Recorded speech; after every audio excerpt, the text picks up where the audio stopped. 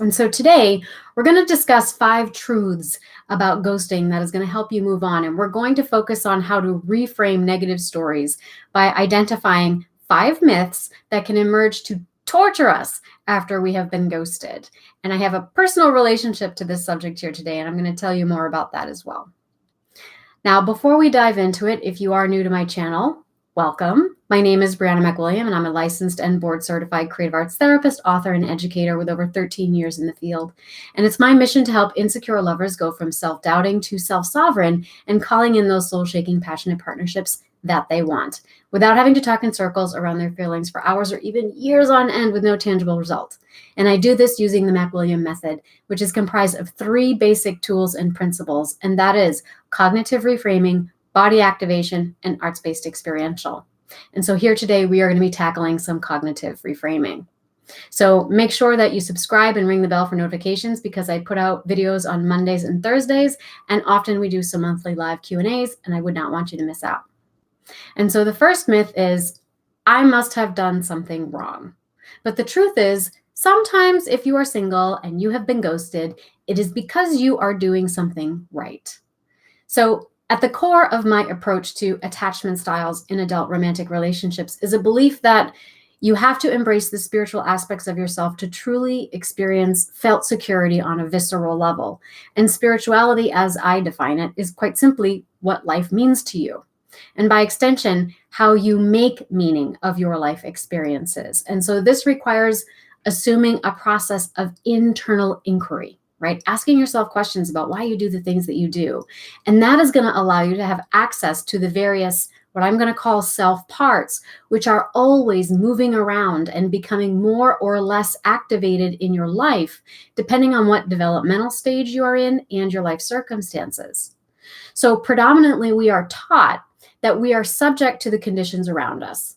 But if you can embrace a spiritual approach to love and relationships, you can come to believe that the external conditions are really just a response to your inner emotional landscape.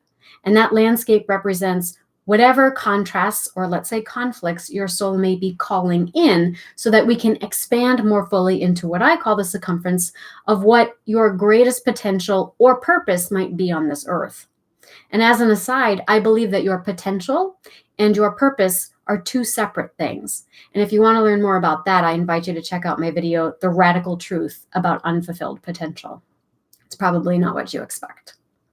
But as it pertains to this myth that we are talking about here, sometimes if someone has ghosted you, it is because you have expanded beyond whatever capacity that person had, and the universe has simply kind of knocked them out of your way.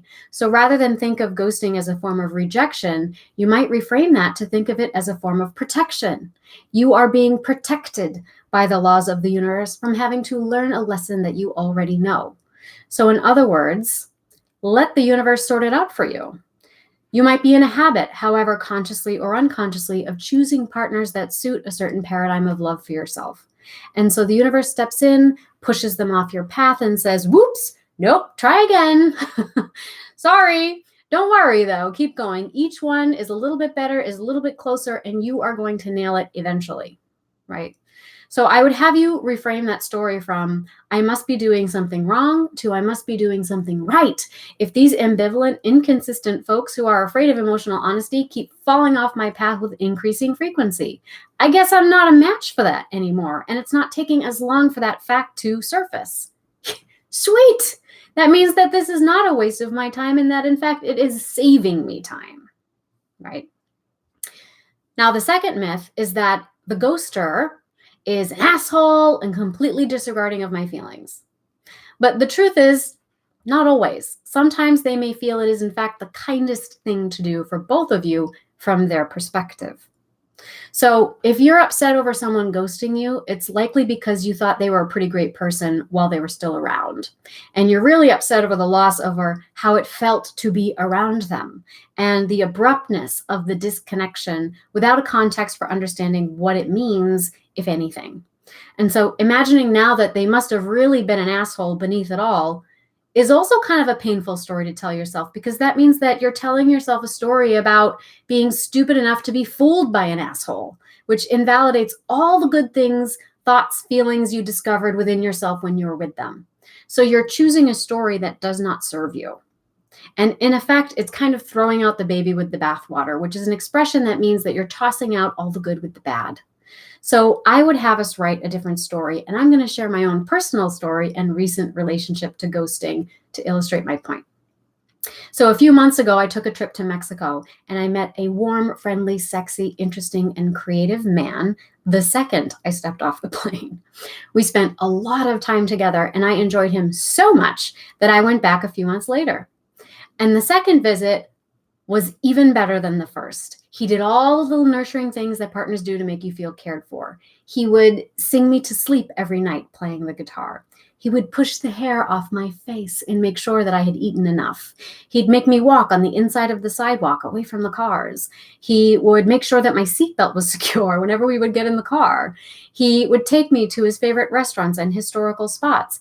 And of course, he made sure I was satisfied in other ways. And so I was so enamored with this person. I made portraits about him. I made poems about him. And if you check out my Instagram, you can go find them. I learned how to play Spanish songs on the guitar so that I could impress him. I even cooked for him. And I am a busy New Yorker that has a seamless addiction. Okay. And by the time I left, we were making plans for my next return trip in another 3 months. And there were tears in his eyes when he dropped me off at the airport. And after I got back to New York, I got 2 short text messages over the course of 2 weeks before he ghosted me entirely. And so I did what any normal person would do, and I cried my eyes out, and I asked myself, had this all been a facade? Did I say or do something wrong? Did I do what my sisters often accuse me of and pull a Brianna by being too intense and emotionally analytical or too direct? And I suffered no small amount of embarrassment and self-flagellation, considering that this is something that I do and talk about all day long. So eventually, however, I went through the processes that I'm going to be sharing with you today and in the next 2 live streams of this month, and I was able to see these things well enough from his perspective. So to understand that he probably thought he was doing the kindest thing for both of us in the gentlest way possible. And so as creative and as romantic as he was also a pragmatist, and the geographical distance, cultural differences, financial inequities, in addition to whatever insecurities around relationships he might have had beyond any of those things, were most likely insurmountable in his perspective. And so he probably thought it would never work. And the truth is, if he felt that way, then no, it never would. And I could see all the potential that I wanted to see. I could be willing to do whatever it is that I am willing and able to do. But if he could not receive those things or join me in that headspace, then anything I might do or suggest would fall flat or it would fail. And what I did walk away with, however, was a sense of gratitude for the heart-opening experience that I had as a result of meeting him, the reminder of what it is like to be in a relationship. And I also choose to believe that he did desire me, but also respected me enough to do what he thought was best, even if it would not have been my way of doing things. And so from his perspective, his ghosting behavior may well have been the greatest show of respect he could have given me. And so if that's the case, how fair would it be for me to strip him of my regard now? So sometimes ghosting is not about disrespect or being an asshole. Sometimes the ghoster might think it is the kindest thing that they could have done. And doesn't that create a story that serves you far better than believing that you had been played for a fool? And so this leads me to my next myth, which is likely a belief and perception that my Mexican lover labored under. And that is, ghosting is the best way to prevent a painful conflict and get the message across. In that circumstance, maybe that is what he was operating under. But here's the other side of that coin. Sometimes avoiding conflict actually makes a bigger mess. So some people think that preventing conflict is the same thing as avoiding it, and that's very far from the truth. So sometimes avoiding a conflict can make a bigger mess, but preventing conflict can actually lead to healthier outcomes. And that's because there are both constructive and destructive forms of conflict, just as there are both constructive and destructive forms of anger. And avoiding all conflict like avoiding all anger, prevents your ability to grow from the constructive forms of both. So I want to reference an article here. It's called, Is Conflict Prevention the Same as Conflict Avoidance? It's by Robert Bacall. And he offers a rather extreme example. So he says, is preventing the contraction of a sexually transmitted disease by using condoms the same as avoiding treatment once you have already contracted it? And of course, the answer is no. They're two totally different animals. So Bacall goes on to identify two major approaches most people take to conflict management. And the first is logical, and the second is emotional. So in a logical approach, someone evaluates a conflictual situation, they analyze it, they decide on a course of action. With emotional models, conflict is seen as an emotional encounter, and the suppression of any emotional energy that's associated with the conflict is like sweeping a problem under the rug, where it tends to fester and get worse if it's neglected. And so sometimes not addressing conflict can be a bad idea because it can lead to disconnection, to boundary confusion, or emotional isolation in relationships. And so destructive conflict is a conflict that has a low probability of ever being solved, while constructive conflict typically is more solvable. So for example, if you and I disagree on how much you should pay me, we're disagreeing on a very specific issue, and that is money. And so it's likely that we could easily rectify that issue if we just review the dinner receipt more carefully. Now, if, however, you and I aren't getting along because I don't like you, that's a personality or emotion-driven situation and thus less rectifiable. But let's say that we both don't hold the same values and beliefs around shared expenses. So perhaps you believe finances should be split 50-50, but I believe finances should be split based on ability to pay. So if you continue to refuse to pay me what I think you should, pretty soon I'm going to start making deductions about your character, and I'm going to stop respecting you, and suddenly I don't like you so much anymore either. Now, not necessarily because the money means that much to me, but because what it represents on an emotional level, and that is I begin to feel disrespected and unappreciated, and that's because our values are not lining up. Okay. So most conflicts in relationships arguably start out constructive, but devolve into destructive forms unless each partner is willing to be honest about their values and beliefs and what they're actually emotionally upset about. And so are you upset about the real tangible issue, or are these tangible issues being raised as emotional metaphors for what you will and will not directly communicate? So conflict prevention is speaking from an emotionally honest place. Conflict avoidance is when we mask our emotional messages with content that is intended to distract you from the emotional expression, usually because you're afraid to be honest for whatever reason.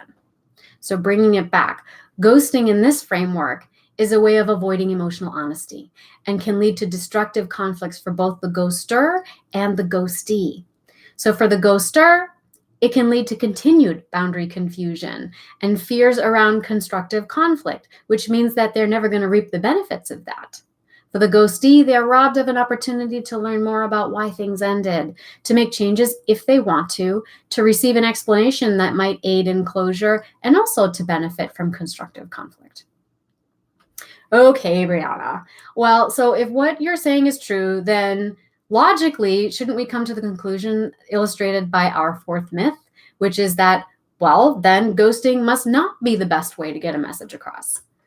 But here's the other side of that coin. On the other hand, sometimes cutting off all contact is actually the only way to really leave a situation. Okay, so sometimes you may want to break up with someone who doesn't know how to take no for an answer. So pushing for explanations is a way to remain connected and or to cajole someone into remaining in the relationship. So suddenly an attempt to express how you feel, draw a line, and end things amicably becomes a no-win debate. But we look so good on paper. Your family loves me. You haven't given this a real shot. The feelings will grow with time. You really love me. You're just too caught up in the hurt from past relationships. Your reasons aren't logical. They don't hold any water, and here's why. Okay. Or sometimes there's a physical safety threat, such as with domestic violence situations. Sometimes there are more insidious and emotional psychological boundary violations that occur. And to try to engage in a discussion is actually to expose yourself to further violation or emotional manipulation. So, for example, like the girlfriend who tells you she's pregnant when you try to break up with her, or the partner who threatens suicide or self-harm if you leave them, or the addict who claims that you are the only thing keeping them clean and on the straight and narrow path and you can never leave them. Okay. So in each of these instances, cutting off all contact without much ceremony is often the only way to really get your message across and to protect yourself as well. And you can kindly refer them to support persons or set up those systems in place before you do so, especially if they are mentally ill or emotionally unstable. But ultimately, they do have their own path to walk, and you have yours. And keep in mind, this type of person does not have it in them at that time to let you go. It's on you in that case to cut the cord definitively, which means you may need to get really comfortable and cozy with your guilt over playing the role of the bad guy in that person's life. Okay. And that's going to lead me to my next myth, which is I can't get closure if somebody ghosts me. But the truth is, when it comes down to it, closure is always your job. So from a certain perspective, it is always refreshing when someone's upfront and honest, even brutally so, because as much as that might hurt, it gives us an opportunity to learn from our experiences in a deeper way. Furthermore, if you are willing to accept a partner's breakup explanation, not argue or bargain with it, possibly even agree with it, and even move on, that's great. That's a bonus, and you have a really lovely breakup situation there. But for many of us, particularly insecurely attached individuals, they are going to want to write a story about how their partner is just acting out of against their true deeper feelings of love and or longing. And they just need to know that they don't need to be afraid and so on and so forth. And so there begins this process of bargaining and negotiating with the idea of severing an attachment. And they look to the person who is rejecting them for comfort and for explanations. But this is a bit counterintuitive. It's kind of like asking the person that is stabbing you to make you feel better about it. It's just not their job. Their job right now is to be the bad guy. And your job right now is to find a way to make sense of the pain in the context of your life and move on. They cannot do that for you. Now, sometimes the person who breaks up with you doesn't like the idea of being the bad guy, and they have poor boundaries too. So then they try to cushion their rejection of you by doing nice things for you. But that's only going to send you a mixed signal, and it fuels these dramatic stories that you're telling yourself. So then you start to think that they're being emotionally manipulative or fearful or confused. But in their perspective, they're just trying to find a way to let you down easy. And so this is how playing the nice guy actually gets you into more trouble than just being the bad guy. Because at least with the bad guy, you know where you stand. So said another way, to paraphrase Brené Brown, asserting your boundaries is having the courage to love yourself, even if it means disappointing others. Now, another way that this can manifest itself is after they break up with you, they find or conjure a convenient emotional crisis so that they can justifiably rely on you and switch gears and sort of force you to be their friend before you're ready. So in effect, they are forcing you to stop being upset with them for rejecting you because it would be socially rude. And so they manage to experience an intimacy with you that borders on the intimacy that you might have had as a romantic couple, but without all the commitment. And they also have escaped the role of bad guy while creating a situation in which you would look like the bad guy for establishing a boundary because they broke up with you. And so the long and short of it is that the work of closure is always your job. Sometimes you have the benefit of someone who makes a clean cut with some explanation. Sometimes you don't get an explanation at all. And sometimes you get an emotionally messy situation with confused boundaries and mixed signals. And so in the end, you're the one who's always left holding the bag. So it's on you to decide how you are going to write that story and what you will and will no longer accept in your life and in your relationships. But that doesn't mean that you have to do it alone, of course. In fact, I recommend that you recruit close friends and you practice some homemade rituals to feel more connected in the ways that are available to you. To surround yourself with loved ones who are going to let you be yourself. They're going to let you feel all the feels, including resentment and anger and blame and sadness and helplessness and so on, in a safe and loving and emotionally resilient fashion and a connected environment, right? Because those processes are going to create spaciousness in your experience for the constructive lessons and meaning making that you are constructing that can shine through for you, right? So to wrap it up, I just want to go over these 5 myths one more time. And the first is, I must have done something wrong. But the truth is, sometimes if you're single and you're ghosted, it's because you've done something right and the universe is sorting it out for you. So take it as protection, not as rejection. The second myth is, the ghoster's an asshole and completely disregarding of my feelings. But the truth is, not always. Sometimes they may feel it is the kindest thing for both of you. And in order to understand that, you have to try to take you have to understand their perspective vicariously. The third myth is, ghosting is the best way to prevent painful conflict and get the message across. But the truth is, avoiding conflict can sometimes make a bigger mess.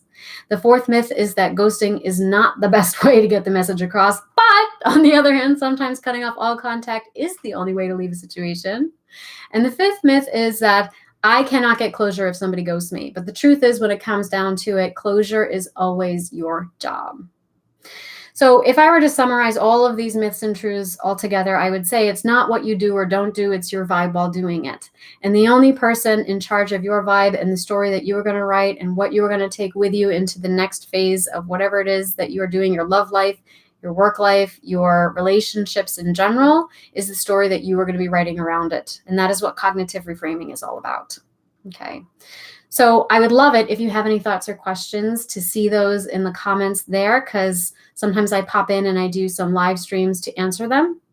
And if you do like this content and you want to learn more, I invite you to check out the links in the caption of this video. I have a lot of online courses. And also I'd invite you to join my Instagram community, which we are starting to build up. And I hope you have a great week.